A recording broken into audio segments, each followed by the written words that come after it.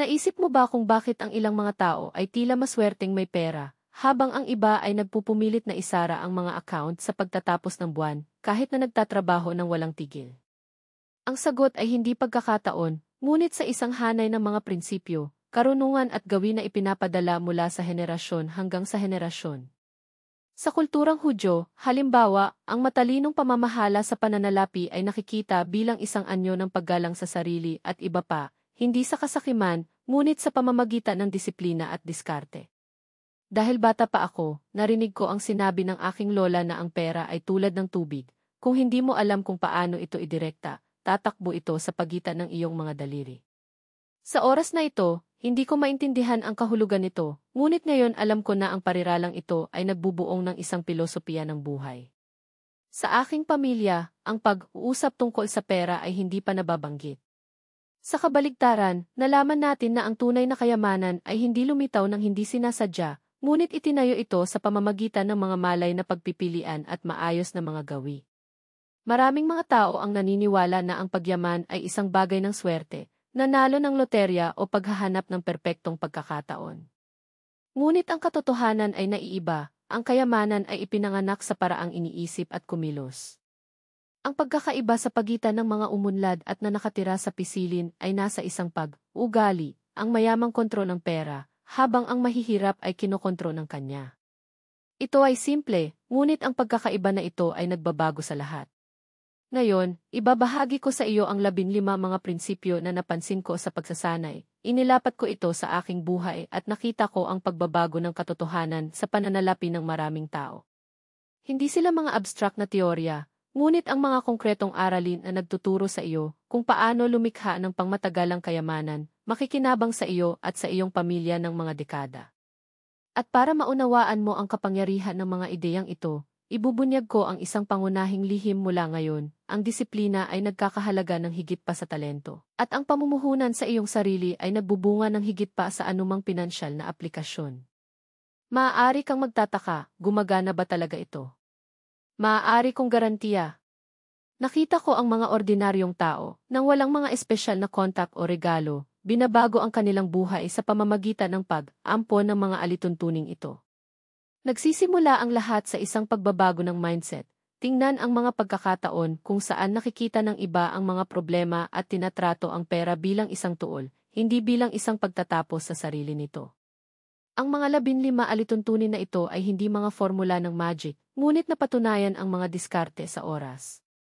Ang bawat isa ay isang hakbang patungo sa kalayaan sa pananalapi, sa sandaling tumigil ka sa pagtatrabaho para sa pera at gawin ang pera para sa iyo. At sa huli, bibigyan kita ng isang praktikal na tip na maaari mong ilapat ngayon upang simulang kontrolin ang iyong pananalapi. Kung sa ngayon ay naisip mo na ang mayayaman ay maswerteng, maghanda upang suriin ang iyong mga konsepto. Ang kayamanan ay hindi lamang sinusukat sa kung ano ang mayroon ka, ngunit para sa kung ano ang gagawin mo sa kung ano ang mayroon ka. At ang mga prinsipyong ito ay magpapakita sa iyo kung paano ang mga simpleng gawi sa pambihirang mga resulta. Pumunta tayo sa 15 haligi na sumusuporta sa pagtatayo ng kayamanan. Una, ang pera ay nangangailangan ng samahan. Bilang isang teenager, binigyan ako ng aking lola ng isang kwaderno upang isulat ang bawat gastos at bawat pakinabang. Natagpuan ko itong hangal, ngunit sa paglipas ng panahon natanto ko na, nang walang kontrol, nawawala ang pera ng walang bakas. Sino ang nagplano, nagdidirekta, na hindi pinapansin, natalo? Pangalawa, mamuhunan sa kaalaman. Ang aking unang mahalagang pagbili ay hindi isang bagay, ngunit isang libro sa negosyo. Ang pagbabalik ng pamumuhunan na ito ay lumampas sa anumang materyal na mabuti. Sino ang tumitigil sa pag-aaral, nagbabayad ng presyo ng kamangmangan? Pangatlo, iwasan ang mga hindi kinakailangang utang.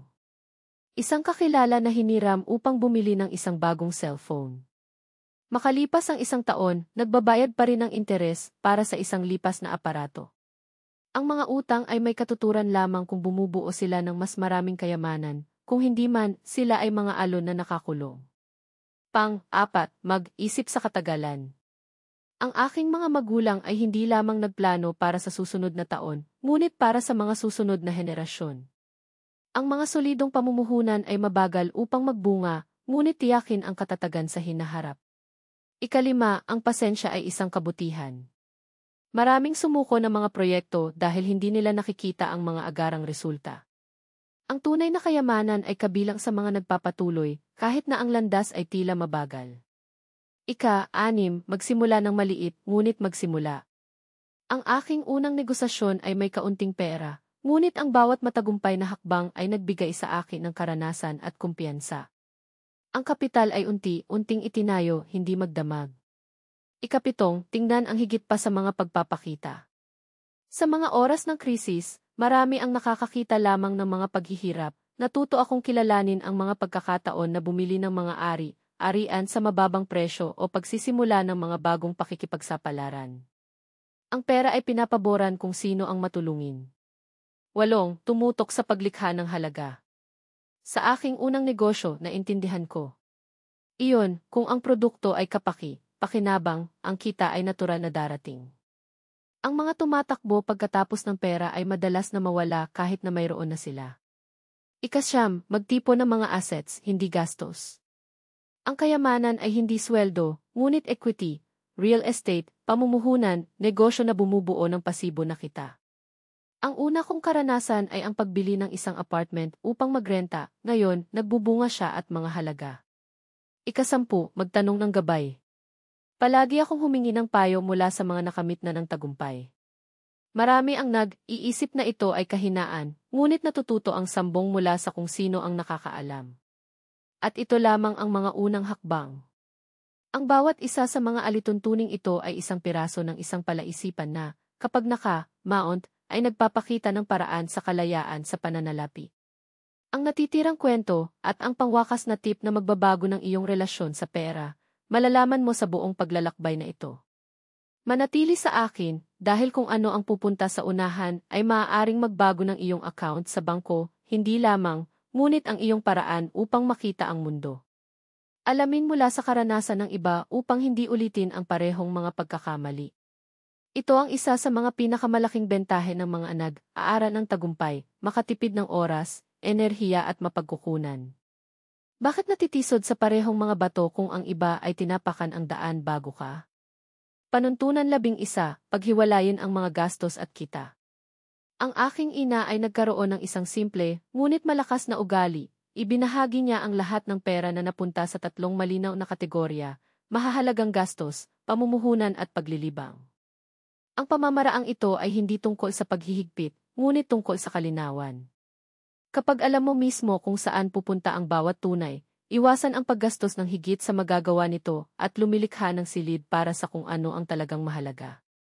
Ang disiplina sa pananalapi ay hindi isang parusa, ito ay ang kalayaan na hindi naninirahan sa pula. Rule 12, ang pagbalik ng kabutihang loob ay dumami.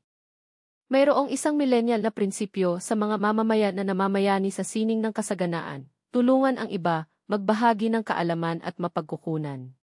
Hindi dahil mayaman ka, ngunit dahil nagtatayo ka ng tiwala at koneksyon.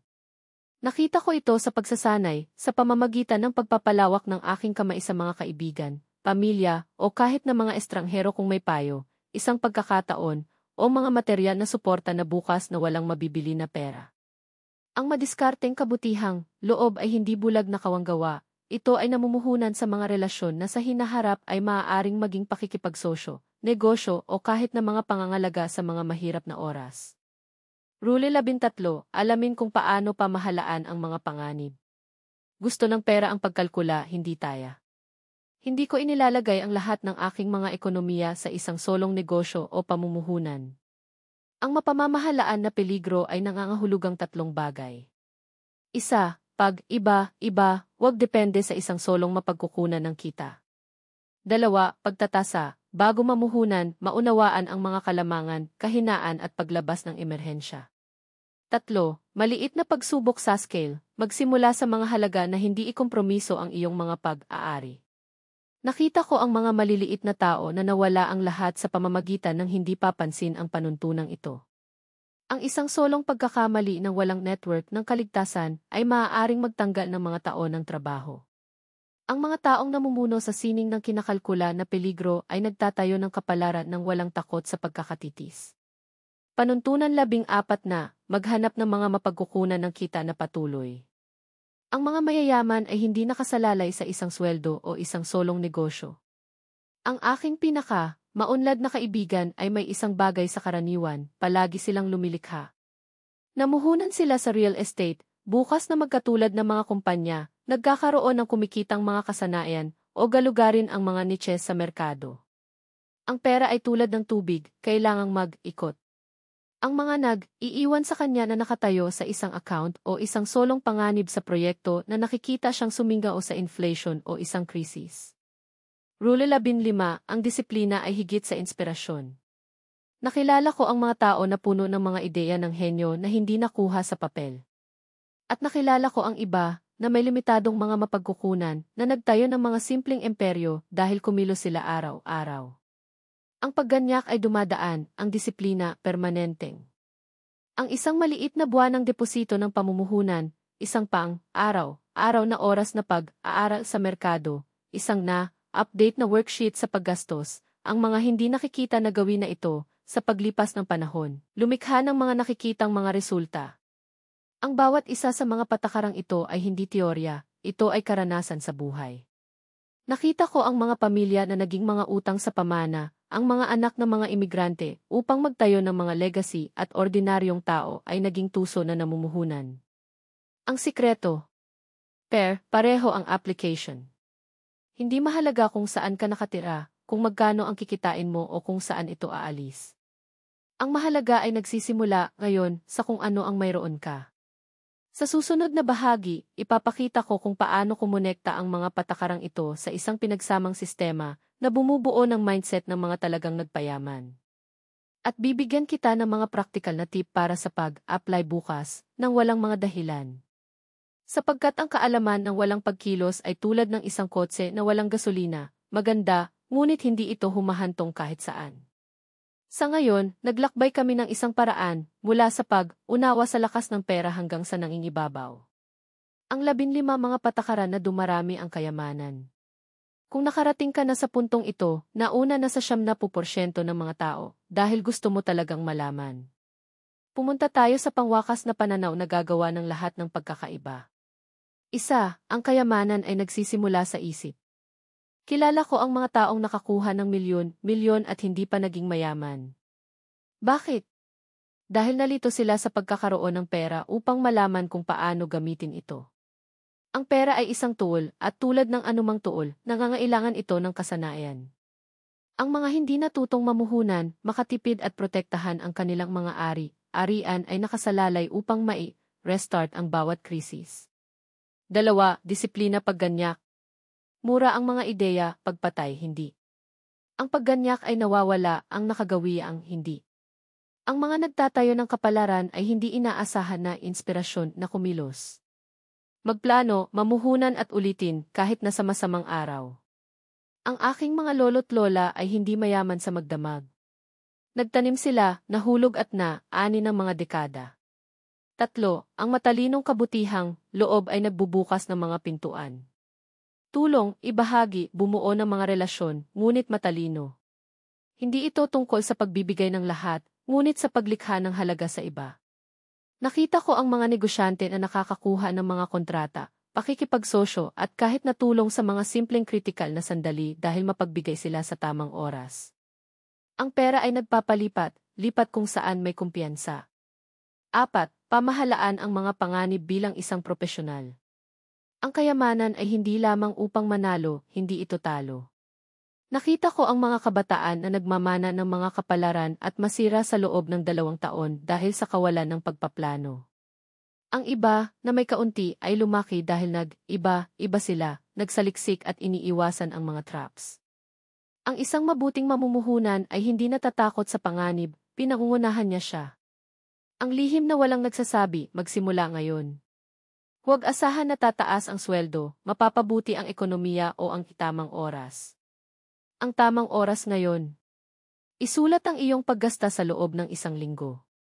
Bumili ng 1 libro sa pamumuhunan. Magbukas ng isang otomatikong account sa pag-save. Mag-alok ng tulong sa isang tao nang hindi inaasahan ang anumang kapalit. Ang mga maliliit na aksyon ngayon ay ang mga pundasyon ng iyong bukas. Isang personal na kwento upang magbigay ng inspirasyon sa iyo. Noong sinimulan ko ang aking unang negosyo, wala akong kapital, kagutuman lamang at ang 15 mga patakaran. Nagtrabaho ako ng 14 na oras sa isang araw, nag-aral sa gabi, hindi nakuha at nababagay. Sa 2 taon, ang isang katamtamang proyekto ay naging isang makina na bumubuo ng kita. Ang pinakamahalaga ay hindi ang pera, ngunit ang kaalaman. Kung hindi ko inilapat ang mga patakarang ito, magiging nasa parehong lugar pa rin ito. Ang kayamanan ay hindi mahika. Ito ay math panandang pandagdag mindset. Hindi mahalaga ang iyong panimulang punto. Ang mahalaga ay upang magpatibay ng tamang gawi kahit maliit. Maging disiplina kahit na walang nakakakita. Tulungan ang iba dahil gantimpalaan ang buhay sa mga nagtatayo. Kumilos ngayon dahil bukas ay maaaring huli na. Ang iyong susunod na hakbang upang mag-apply ngayon. Pumili ng isang patakaran mula sa listahang ito at isagawa ito sa susunod na 24 na oras. Halimbawa, kung pipiliin mo ang mamuhunan sa kaalaman, bumili ng kurso o libro ngayon. Kung ikaw ay nagpaplano sa paggastos, mag-download ng isang API sa pananalapi at record ang lahat sa linggong ito. Kung mas gusto mo ang lumikha ng mga bagong mapagkukunan ng kita, listahan ng 3 mga kasanayan na maaari mong gawing pera. Mga maliliit na hakbang paulit-ulit lumikha ng mga higanting resulta. Ang kayamanan ay hindi lamang tungkol sa pera. Tungkol ito sa kalayaan, upang piliin kung paano mabuhay, upang maprotektahan ang iyong pamilya, upang matupad ang mga pangarap. Sa pamamagitan ng pag-ampon ng mga patakarang ito, hindi ka lamang nagpayaman, ito ay nagtatayo ng isang pamana. Kung ang nilalamang ito ay sumasalamin sa iyo, kung nais mo ang mga praktikal na diskarte, upang mamuhunan, magsagawa at mapabilis ang iyong kalayaan sa pananalapi, sundin ang mga susunod na video. Ibabahagi ko. Paano mamuhunan kahit na may kaunting pera, nasubok na mga diskarte. Mga lihim upang lumikha ng mga negosyo mula sa simula, nang hindi nakasalalay sa swerte. Mga pagkakamali na sumisira sa pamana, at kung paano maiiwasan ang mga ito. Tandaan, ang kapalaran ay umiti sa mga kumikilos. Hindi para sa mga gusto lang. Ngayon ang unang araw ng iyong bagong relasyon sa pera. Ano ang gagawin mo sa kanya?